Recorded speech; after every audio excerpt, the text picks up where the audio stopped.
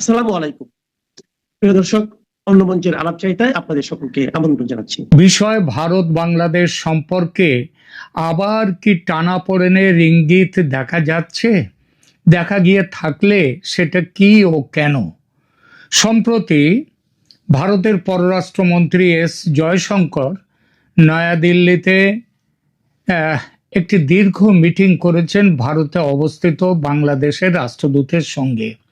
সেখানে যে আলোচনা হয়েছে স্বাভাবিকভাবেই সেটা জ্বালানি সরবরাহ, জল চুক্তি ও বাণিজ্য নিয়ে কথা, কিন্তু তার বাইরে আর কিছু? ভারত যে কিছু বিষয়ে বাংলাদেশের ওপর এই মুহূর্তে খুব একটা খুশি নয় এমন একটা কথা শোনা যাচ্ছে। সেটা কি ঠিক? এই নিয়ে দু চার কথা। নয়াদিল্লির সাউথ ব্লকের রুদ্ধদ্বার বৈঠক থেকে শুরু করে ঢাকার সচিবালয় সর্বত্রই এখন একটি প্রশ্ন: বাংলাদেশ ভারত সম্পর্কের বরফ কি গলছে, নাকি নির্বাচনের সময় ও তারপরে গত কিছুদিন ধরে বরফ গলার যে পর্বটা একটু করে শুরু হয়েছিল সেটা কি আবার শক্ত হয়ে যাচ্ছে? গত কয়েকদিন ধরে দিল্লির সাউথ ব্লকে যে পর্দা ঘেরা আলোচনা চলছে তার উত্তাপ এখন ঢাকা পর্যন্ত পৌঁছেছে। ভারতের পররাষ্ট্রমন্ত্রী এস জয়শঙ্কর বাংলাদেশের হাই কমিশনারের সঙ্গে দীর্ঘ বৈঠক করেছেন। এটা কিন্তু খুব একটা স্বাভাবিক নয়, এবং এই বৈঠকের পরেই এমন খবর আসছে যে এপ্রিল মাসের সম্ভবত প্রথম সপ্তাহেই বাংলাদেশের পররাষ্ট্রমন্ত্রী ডক্টর খলিলুর রহমান তিনি আসছেন নয়াদিল্লিতে ভারতের পররাষ্ট্রমন্ত্রী জয়শঙ্করের সঙ্গে বৈঠক করবার জন্যে। সরকারিভাবে হাই কমিশনারের সঙ্গে দীর্ঘ বৈঠক করার পরেই কিন্তু এই বৈঠককে দ্বিপাক্ষিক স্বার্থ বলা হলেও আমরা জানি এর ভেতর লুকিয়ে আছে গঙ্গা জল চুক্তির জটিল পাটিগণিত, বাণিজ্যের কঠিন শর্ত, আর সবচেয়ে বড় কথা বাংলাদেশে আওয়ামী লীগের রাজনৈতিক ভবিষ্যৎ। আজ আমরা আলোচনা করব কেন শুধু ভারত নয়, গোটা বিশ্ব এখন ঢাকার উপর এক ধরনের অদৃশ্য চাপ তৈরি করছে এবং তারেক রহমান সরকার সেই চাপ সামলাতে কতটা প্রস্তুত। শুরুটা করি জল দিয়ে। 19শে ডিসেম্বর 2026 তারিখটা মনে রাখবেন, কারণ 30 বছর আগে শেখ হাসিনার সঙ্গে ভারতের স্বাক্ষরিত গঙ্গা জল চুক্তির মেয়াদ সেদিনই শেষ হচ্ছে। ভারত এবার এই চুক্তিতে আমূল পরিবর্তন চাইছে। কি সেই পরিবর্তন? এক, সময়সীমা ভারত এবার 30 বছরের লম্বা চুক্তিতে যেতে নারাজ। দিল্লি চাইছে 15 থেকে 20 বছরের ছোট মেয়াদি চুক্তি। কারণটা হচ্ছে জলবায়ু পরিবর্তনের ফলে পানির স্তর কমে গেলে চুক্তিটি দ্রুত পর্যালোচনা করা যাবে। দ্বিতীয়ত, ফরাক্কা ও কলকাতা বন্দরের নাব্যতা। ভারত পরিষ্কার জানিয়ে দিয়েছে কলকাতা বন্দরের নাব্যতা রক্ষার জন্য তাদের গঙ্গার উপরের দিকে আরো জল প্রয়োজন। পশ্চিমবঙ্গের সেচ চাহিদাও আগের চেয়ে অনেক বেড়েছে। তৃতীয়ত, বাংলাদেশ আবার একটা পাল্টা চাল দিচ্ছে। তারা ঢাকা চাইছে একটি গ্যারান্টি ক্লজ, অর্থাৎ উজানে পানি যতই কমুক বাংলাদেশ যেন তার নির্দিষ্ট অংশটি পায়। এটা একটা বাংলাদেশ চাপ দিচ্ছে। ভারত এখন এই জল চুক্তিকে দর কষাকষির বড় হাতিয়ার বা লিভারেজ হিসেবে ব্যবহার করছে। সহজ কথায় দিল্লি যেন বলছে, রাজনীতিতে আমাদের সাথে সম্পর্ক ভালো রাখলে জলের কলটা খোলা থাকবে, না হলে সে কলটা বন্ধ হয়ে যেতে পারে, কিংবা কলে ঠিক যথেষ্ট পরিমাণ জল নাও আসতে পারে। জলের পর আসা যাক বাণিজ্যে। আগামী নভেম্বর 2026-এ বাংলাদেশ স্বল্পোন্নত দেশ বা লো ডেভেলপড কান্ট্রি থেকে ওপরের স্তরে চলে যাবে। এর মানে হলো এটা পৃথিবীর বিভিন্ন দেশে বাংলাদেশ যে শুল্কের সুবিধা পায়, মানে শুল্ক মুক্ত সুবিধা পায় ইউরোপের দেশগুলোতেও, তাই এবং ভারতেও পায় সেই সুবিধাটা বন্ধ হয়ে যাবে। শুল্ক মুক্ত বাণিজ্যের সুবিধা বন্ধ হয়ে যাবে।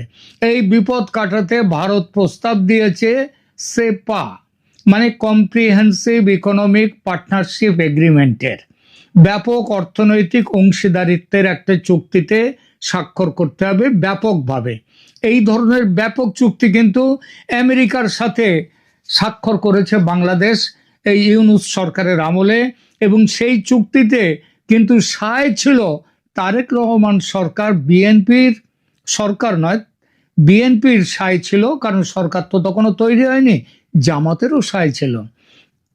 ভারত চাইছে বাংলাদেশ তাদের বিনিয়োগের 100% আইনি সুরক্ষা, মানে ভারতের শিল্পপতি, ভারত সরকার বাংলাদেশে যে বিনিয়োগ করবে তার 100% আইনি সুরক্ষা দিতে হবে, যাতে মানে ভবিষ্যতে কোনোদিন ওই দেশের অভ্যন্তরীণ রাজনীতির চাপে এই সমস্ত প্রকল্প যাতে বিপদে না পড়ে।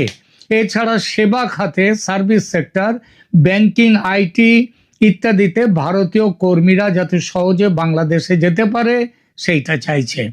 ঢাকা ভয় পাচ্ছে কি? ঢাকা ভয় পাচ্ছে যে এই চুক্তি হলে ভারতের বড় কোম্পানিগুলো বিনিয়োগ করবে ঠিকই, তাতে বাংলাদেশের শিল্প বিনিয়োগ বাড়বে, উন্নত হবে, অর্থনীতি মজবুত হবে, কিন্তু এর ফলে বাংলাদেশের বাজার দখল করে নেবে ভারত। কিন্তু আবার চুক্তি না করলে বাংলাদেশকে রপ্তানিতে 10 থেকে 15% অতিরিক্ত শুল্ক গুনতে হবে।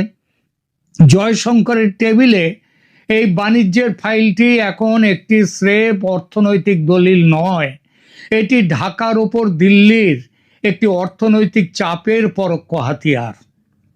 এরপর আছে দু দেশের মধ্যে যাতায়াত ও ট্রানজিট সুবিধার বিষয়গুলো। এই ব্যাপারে যেসব কাজ চলছিল ভারতের পক্ষ থেকে বাংলাদেশে ইউনূসের আমলে, সেখানে পূর্ণচ্ছেদ পড়ে গেছে। ভারত বাংলাদেশ দু দেশের পারস্পরিক স্বার্থ আছে কিন্তু এই চুক্তিগুলো সবগুলোতে। দুদেশই চায় প্রজেক্ট চালু করতে, কিন্তু ভারত চায় এই সব প্রজেক্টে বাড়তি সুরক্ষা ক্লজ, যাতে ভবিষ্যতে দেশের অভ্যন্তরীণ রাজনীতির চাপ এইসব প্রজেক্টে না পড়ে। কারণ দুদিন পরে আবার বাংলাদেশ থেকে দাবি উঠতে পারে ভারতের এই সব চুক্তি বাতিল করো, অথচ তখন একটা ভালো পরিমাণ টাকা যদি সেখানে বিনিয়োগ হয়ে যায় তখন ভারতেরও বিপদে পড়তে হয়। এবার আসি আসল রাজনৈতিক বোমাটিতে। সেটা কি? গত কয়েক মাসে শুধু দিল্লি নয়, ওয়াশিংটন, ব্রাসেলস, এমনকি জাতিসংঘ থেকেও বারবার একটি দাবি উচ্চারিত হচ্ছে, সেটা হচ্ছে ইনক্লুসিভ পলিটিক্যাল অ্যাটমসফিয়ার বা অন্তর্ভুক্তিমূলক রাজনীতি। সমস্ত গণতান্ত্রিক দলের অংশগ্রহণের মধ্য দিয়ে যে রাজনীতি দেশের, সেই রাজনীতি চাই সেই রাজনীতিকে ফিরিয়ে আনতে হবে বাংলাদেশে। কেন বিশ্বজুড়ে এই দাবি? কারণটা হলো ধর্মীয় মৌলবাদ। বাংলাদেশে জামাত সহ মৌলবাদী রাজনীতির বাড়বাড়ন্ত হয়েছে গত 1.5-2 বছর ধরে। আন্তর্জাতিক বিশ্লেষকরা মনে করেন বাংলাদেশের মতো একটি গুরুত্বপূর্ণ রাষ্ট্রে যদি বড় কোনো রাজনৈতিক পক্ষকে, আওয়ামী লীগের মতো দলকে, আরো পরিষ্কারভাবে বলতে গেলে পুরোপুরি মাঠের বাইরে রাখা হয়, তবে সেখানে এক ধরনের রাজনৈতিক শূন্যতা বা ভ্যাকুয়াম তৈরি হয়। আর ইতিহাসে দেখা গেছে এই শূন্যতা পূরণ করে কট্টরপন্থী ধর্মীয় শক্তি। বিশ্বের শক্তিশালী দেশগুলো চায় না বাংলাদেশ কোনো আফগানিস্তান বা অন্য কোনো কট্টরপন্থী রাষ্ট্রে, ইরান, তাতে পরিণত হোক। তারা মনে করে আওয়ামী লীগের মতো একটি ধর্মনিরপেক্ষ, বাস্তবে খুব বেশি না হলেও অন্তত কাগজে কলমে দলকে রাজনীতিতে স্পেস দিলে মৌলবাদী শক্তির উত্থান ঠেকানো সম্ভব। অর্থাৎ দিল্লি এখানে একা নয়। আওয়ামী লীগের পুনর্বাসনের দাবি এখন একটি আন্তর্জাতিক প্রেসার পয়েন্ট হয়ে দাঁড়িয়েছে। দেশের ভেতর ও বাইরের চাপ তারেক রহমানের সরকারের শিরোপীড়ার কারণ হয়ে উঠেছে এই বিশেষ বিষয়টি নিয়ে। 24শে জুলাই অভ্যুত্থানের সঙ্গে বিএনপি জড়িত ছিল। তখন খুব কষে বিএনপি ও ফ্যাসিস্ট বলে আওয়ামী লীগকে গালি দিয়েছে। বিএনপির দলীয় আদর্শ সেটাও মোটামুটি খিচুড়ি ধরনের, যেমন কিছু সেখানে মুক্তিযুদ্ধের পক্ষেও আছে, বিপক্ষেও আছে, তাতে ধর্মীয় দলগত ধর্মীয় ভাবনা যুক্ত আছে, আবার ধর্মীয় ভাবনা বিমুক্তও আছে ইত্যাদি। তো এর মধ্যে জামায়াতি যে অংশ আছে, অর্থাৎ ওই ধার্মিক দল, ধর্মীয় দল, তারা কিন্তু কম শক্তিশালী নয়। বিএনপির ভেতরের যে গোষ্ঠী, তারা আওয়ামী লীগের পুনর্বাসন হোক চায় না, আবার জাতীয়তাবাদী অংশ চায় জামাতি আদর্শের প্রসার রুখতে আওয়ামী লীগের রাজনীতিতে ফিরতে দেয়া উচিত। তারেক রহমান কোন পথে যাবেন? কোন পথে যাবেন? তারেক রহমান সরকার কি পর্দার আড়ালে কোনো বড় খেলা খেলছে? বর্তমানে দেশে আওয়ামী লীগের শীর্ষ নেতাদের বিচার বা দলকে নিষিদ্ধ করার জন্য যে ইন্টারন্যাশনাল ক্রাইম ট্রাইব্যুনাল অধ্যাদেশ বা অন্যান্য আইনি ব্যবস্থা আছে, সেগুলো কিন্তু এখনো সংসদে পাস হয়নি। নিয়ম অনুযায়ী অধ্যাদেশ বা অর্ডিন্যান্সের মেয়াদ থাকে সীমিত। সংসদের প্রথম অধিবেশনের প্রথম দিন থেকে 30 দিনের মধ্যে পাস করাতে হবে, নইলে সেগুলো সেগুলো এমনিতেই মৃত্যু ঘটবে। যদি সরকার ইচ্ছে করে এগুলো সংসদে পাস না করে এবং এর মেয়াদ শেষ হয়ে যেতে দেয়, তবে আইনগুলো আপনা আপনি কিন্তু অকার্যকর হয়ে যাবে। প্রশ্ন হলো, তারেক রহমান কি দিল্লির এবং আন্তর্জাতিক চাপ সামলাতে এই সাইলেন্ট কিলিং বা নীরব যে হত্যা, তার পথ খুঁজছেন? নীরব হত্যা অধ্যাদেশগুলোকে, অর্থাৎ মুখে কঠোর অবস্থান নিলেও আইনিভাবে আওয়ামী লীগকে ফিরে আসার সুযোগ তাদের করে দেওয়ার কথা কি ভাবছে? এতে করে সাপও মরবে, আবার লাঠিও ভাঙবে না। ভারতও খুশি হলো, আবার সরাসরি দেশের মধ্যেকার যারা এখন বিরোধী পক্ষ, তাদের সমালোচনার মুখেও পড়তে হলো না। অন্তত সেইভাবে তো পড়তে হলো না, সমালোচনা তো হবেই। ঠিক এই চাপের রাজনীতির মাঝেই জামাত আমিরের একটি মন্তব্য লক্ষ্য করার মতো। গত 2 দিন আগে তিনি বলেছেন, চীন কখনো বাংলাদেশের অভ্যন্তরীণ বিষয়ে নাক গলায়নি। আপাতভাবে নির্বিষ মন্তব্য, কারণ এটা চীনের প্রশংসা। কিন্তু এটা কি স্রেফ চীনের প্রশংসা? মোটেও নয়। এটি ভারতের প্রতি একটি প্রচ্ছন্ন সমালোচনার তীক্ষ্ণ তীর। ভারত যখন বাংলাদেশে ইনক্লুসিভিটি আর গণতন্ত্রের কথা বলছে, তখন জামাত বেজিং এর কার্ড খেলছে। ভারতকে বলছে, তোমরা আমাদের ব্যাপারে নাক গলাবে না। দিল্লিকে তারা মনে করিয়ে দিতে চাইছে, তোমরা যদি ভিসা আর পানি দিয়ে চাপ দাও, তবে আমরা চীনের কোলে গিয়ে বসবো, যারা কোনো প্রশ্ন ছাড়াই বাংলাদেশের যে সরকারি থাকুক না কেন তাদের সমর্থন দেয়। দিল্লি এতে রীতিমতো অগ্নিশর্মা, কারণ ভারতের একদম গায়ের কাছে চীনের এই প্রভাব বৃদ্ধি ভারতের জাতীয় নিরাপত্তার জন্য এক মহা বিপদ। ভারত কখনোই চায় না তার নর্থ ইস্টার্ন সেক্টর যে রাজ্যগুলো, সেগুলো বিপদে পড়ুক। ভারত কখনোই চায় না বাংলাদেশের মধ্যে মৌলবাদী এবং সন্ত্রাসবাদী শক্তির বৃদ্ধি হোক, কারণ সেই আগুন ভারতেও লাগবে, তখন ভারতেও তার আঁচ পাবে। সুতরাং ভারত চায় না তার পেটের মধ্যে যার অবস্থান, সেই দেশ চীনের সঙ্গে দরম মহরম করুক, সন্ত্রাসবাদের সঙ্গে দরম মহরম করুক। পরিশেষে বলা যায়, ইনক্লুসিভ রাজনীতির জন্য বাংলাদেশ ভারত সম্পর্ক এখন একটি কোল্ড ওয়ার বা স্নায়ু যুদ্ধের মধ্য দিয়ে যাচ্ছে। একদিকে দিল্লির ভিসা ও বাণিজ্যিক চাপ, অন্যদিকে ঢাকার চীনা কার্ড, অভ্যন্তরীণ রাজনীতির চাপ এবং আইনি ধোঁয়াশা। ভারত যদি সত্যি আওয়ামী লীগের পুনর্বাসনকে সেই সম্পর্ককে শর্ত বানায়, তবে ঢাকার বর্তমান সরকারের জন্য তা হবে আগুনের উপর দিয়ে হাঁটা। কিন্তু এটাও মনে রাখতে হবে, চোখ বুজে থেকে থাকলে প্রলয় কখনো থেমে যায় না। সমস্যা দূর করতে গেলে খোলা চোখে সমস্যার দিকে দেখতে হয়, সিদ্ধান্তের কথা ভাবতে হয়, সিদ্ধান্ত নিতে হয়, দাঁড়িপাল্লায় তুলতে হয় লাভ ক্ষতির হিসেব, যেটাই দেশের বেশি লাভ সেটা নিতে হয়। ইউনূসের 18 মাসের শাসন দেখিয়েছে বাংলাদেশের লাভ কোথায়।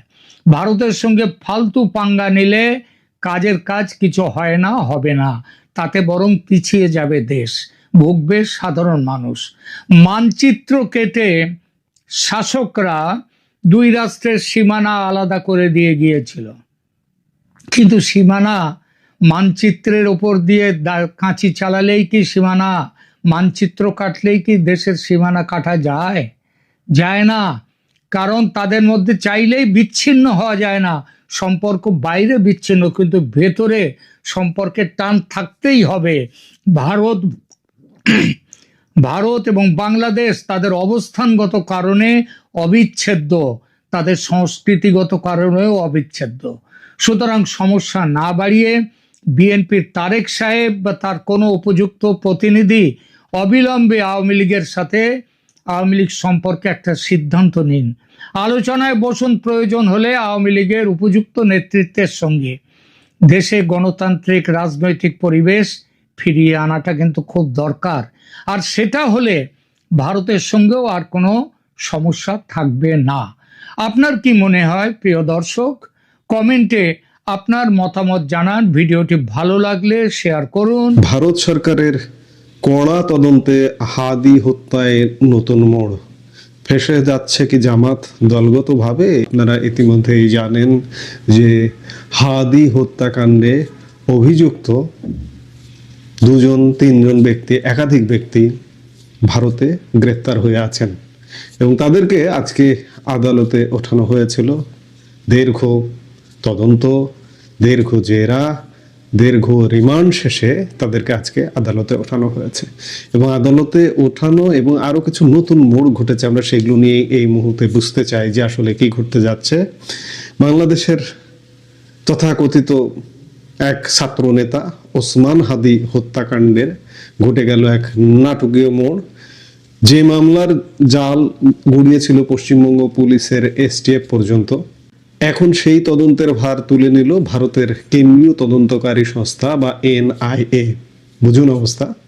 পশ্চিমবঙ্গের পুলিশের একটা আঞ্চলিক তদন্তের একটা ব্যাপার ছিল, কিন্তু এই তদন্তটাকে ভারত সরকার কোনোভাবে হালকা করে দেখছে না। এটা কেন্দ্রীয় তদন্ত সংস্থা এনআইএ দায়িত্ব নিল।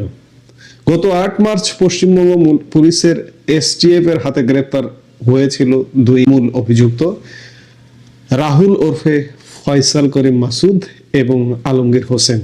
কিন্তু এখন এই মামলার মোড় যেদিকে ঘুরছে, তাদের দুই দেশের কূটনৈতিক ও নিরাপত্তা মহলে তোলপাড় শুরু হয়েছে। বিষয়টা কিন্তু একটা টোকায়, একটা নাম না জানা, নাম গন্ধহীন হাদি, হঠাৎ করে উদয় হওয়া হাদি, একটা হিরো বানানো। হাদির জন্ম কোথা থেকে হলো, সৃষ্টি কোথা থেকে হলো, এটা খুব ছোট্ট বিষয় নয়। কারণ এই হাদিকে কেন্দ্র করে ভারত বাংলাদেশ সম্পর্কের অবনতি ঘটানোর চেষ্টা করা হয়েছিল। বাংলাদেশের সরকার ব্যবস্থায় একটা ব্যাপক ভিন্ন চিন্তা ছিল। কাজেই এটিকে আর ছোট করে দেখবার কোনো সুযোগ নেই, যার দরুন ভারত সরকার এটিকে কিন্তু খুব কঠোরভাবে নিয়েছে এবং কেন্দ্রীয় তদন্ত সংস্থা এনআইএ এর তদন্ত ভার পেয়েছে আজকে। ঘটনার সূত্রপাত কিন্তু অনেক গভীরে। সম্প্রতি একটি বিশেষ এনআইএ আদালতে তদন্তকারীরা ফয়সাল এবং আলমগীরকে জেলে গিয়ে জেরা বা জেল ইন্টারোগেশনের অনুমতি চান। বিজ্ঞ বিচারক সেই অনুমতি দিয়েছেন। শুধু তাই নয়, তদন্তের স্বার্থে বিচারক ধৃতদের বিরুদ্ধে অত্যন্ত কড়াকড়ি আনলফুল অ্যাক্টিভিস্ট প্রিভেনশন অ্যাক্ট বা ইউএপি এর 16 এবং 18 নম্বর ধারা যুক্ত করার আবেদনও মঞ্জুর করেছেন। এর অর্থ কি জানেন? এর অর্থ হলো এই হত্যাকাণ্ডকে এখন আর সাধারণ অপরাধ হিসেবে দেখা হচ্ছে না। এটিকে একটি সুপরিকল্পিত নাশকতামূলক কাজ বা সন্ত্রাসবাদী কার্যক্রম হিসেবে গণ্য করা হচ্ছে। 16 এবং 18 নম্বর ধারা যুক্ত করা মানে হলো ষড়যন্ত্র এবং সন্ত্রাসী কার্যকলাপের গভীর শিকড় খোঁজা হচ্ছে। তবে সবচেয়ে চমকপ্রদ ঘটনাটি ঘটে যখন আদালত থেকে জেলে ফিরিয়ে নিয়ে যাওয়ার সময় ফয়সাল সংবাদ মাধ্যমের মুখোমুখি হয়। আমরা এটার একটু ক্লিপ সামান্য দেখে আসি। আমি এসব কাজের সাথে জড়িত না। নো, এটা জামাত বিএনপির একটা চাল হতে পারে। এটা তো আমি জানি না, অ্যাকচুয়ালি আমি জানি না। হাদি এই যে আপনারা যে হাদি করছেন, বাংলাদেশের মানুষ হাদি করতেছে, হাদিটা অ্যাকচুয়ালি একটা জামাতের পর, ওটা একটা জঙ্গি। আমি করিনি। হ্যাঁ, আমি ছিলাম। আমাকে গুলি করতে দেখা যায়। এই যে আপনারা দেখলেন, সেখানে সে এক বিস্ফোরক দাবি করে বসলো যে ফয়সালের সাফ কথা, সে ওসমান হাদি হত্যা করেনি। তার দাবি এটা জামাতের চাল হতে পারে, অর্থাৎ সে সরাসরি অভিযোগ তুলছে যে জামাত তাকে এই মামলায় ফাঁসিয়েছে। ফয়সালের কণ্ঠে ছিল চরম তাচ্ছিল্য। সে সংবাদ মাধ্যমকে উদ্দেশ্য করে বলে, আপনারা এত হাদিহাদি করছেন, বাংলাদেশের মানুষ এত হাদিহাদি করছে, কেউ? ও তো জামাতের একটা জঙ্গি। একজন তথাকথিত জনপ্রিয় ছাত্র নেতাকে নিয়ে ফয়সালের এই মন্তব্য এখন নতুন বিতর্কের জন্ম দিয়েছে। আমরা এগুলো আগে থেকেই বলে আসছি। হাদি জামাতের সৃষ্টি, হাদির জন্ম, হাদির সৃষ্টি, হাদির মৃত্যু, মৃত্যু পরবর্তী পদক্ষেপ, তার জানাজা, তাকে কবরস্থ করা, আমাদের জাতীয় কবি কাজী নজরুল ইসলামের সমাধির পাশে তাকে কবরস্থ করা হয়েছে। এগুলো সম্পূর্ণ জামাতি চাল। হাদিকে অনেক উচ্চতায় নিয়ে যাবার জন্য এগুলো ষড়যন্ত্রমূলক ভাবে করে আসা হয়েছে। আমরা এগুলো দীর্ঘদিন ধরে বলে আসছি। আজকে নতুন করে আবার বিতর্কের জন্ম হলো। প্রশ্ন উঠছে, ফয়সাল কি নিজেকে বাঁচাতে এই রাজনৈতিক তকমা ব্যবহার করছে, নাকি এর পেছনে আসলেই কোনো গভীর সমীকরণ আছে? আমরা আশা করি এটি বেরিয়ে আসবে, কারণ ভারতের কেন্দ্রীয় তদন্ত সংস্থা এটিকে হালকা করে না দেখে এর দায়িত্ব নিয়েছে। ভারত সরকার এর দায়িত্ব নিয়েছে। ভারত সরকার অবশ্যই এর তদন্ত করবে। আমাদের একটু পেছনের দিকে তাকাতে হবে। ঢাকা মহানগর গোয়েন্দা পুলিশ আগেই জানিয়েছিল 12 ডিসেম্বর ঢাকায় হাদিকে লক্ষ্য করে যে নৃশংস গুলি চালানো হয়েছিল তার মূল চক্রী ছিল এই ফয়সালে। সেই হামলায় গুরুতর আহত হওয়ার পর 18 ডিসেম্বর সিঙ্গাপুরের একটি হাসপাতালে শেষ নিঃশ্বাস ত্যাগ করেন ওসমান হাদি। ফয়সাল এবং আলমগীরকে জেরা করে পুলিশ আরো একজনের হদিশ পায়। গত 14 মার্চ ভোরে নদিয়ার শান্তিপুর বাইপাস থেকে ফিলিপ সাংমা নামে এক বাংলাদেশি দালালকেও গ্রেপ্তার করে পশ্চিমবঙ্গ পুলিশের এসটিএফ এর দাবি, এই ফিলিপই সীমান্ত পেরিয়ে ফয়সালদের অবৈধভাবে ভারতে পালাতে সাহায্য করেছিল। এই অপরাধীরা ভারতের মাটিতে ধরা পড়লেও বাংলাদেশ সরকার তাদের ফিরিয়ে নিতে বদ্ধপরিকর। গত 9 মার্চ ঢাকায় এক সংবাদ সম্মেলনে বাংলাদেশ পুলিশের আইজিপি আলী হোসেন ফকির স্পষ্ট করে জানিয়েছেন যে ভারতের মাটি থেকে ধৃত এই আসামিদের বাংলাদেশ ফেরাতে দুই দেশের বিদেশ মন্ত্রকের মাধ্যমে কূটনৈতিক স্তরে জোরদার তৎপরতা চলছে। এটি এখন কেবল একটি অপরাধের তদন্ত নয়, বরং দুই দেশের নিরাপত্তা ও পারস্পরিক সহযোগিতার এক বড় পরীক্ষা। তবে আশা করা যাচ্ছে যে এই যে এদেরকে দেশে ফেরানোর আগেই ওপারেই ভারত সরকার অনেক কিছু বের করে নেবে। আমরা আশাবাদী এ কারণেই যে এনআইএ এটি তদন্ত করছে। এখন বড় প্রশ্ন হলো যে স্বাভাবিকভাবেই এনআইএ কেন এই মামলার দায়িত্ব নিল? সাধারণত যখন কোনো অপরাধের সঙ্গে আন্তদেশীয় সন্ত্রাসবাদ বা দেশের নিরাপত্তার প্রশ্ন জড়িয়ে থাকে তখনই এনআইএ হস্তক্ষেপ করে। ফয়সালের দাবি অনুযায়ী যদি এটি জামাতের চাল হয় তবে কেন দেশ ছেড়ে ভারতে পালিয়ে এলো, আর কেনই বা তার বিরুদ্ধে ইউএপি এর মতো কঠোর ধারা দেওয়া হলো?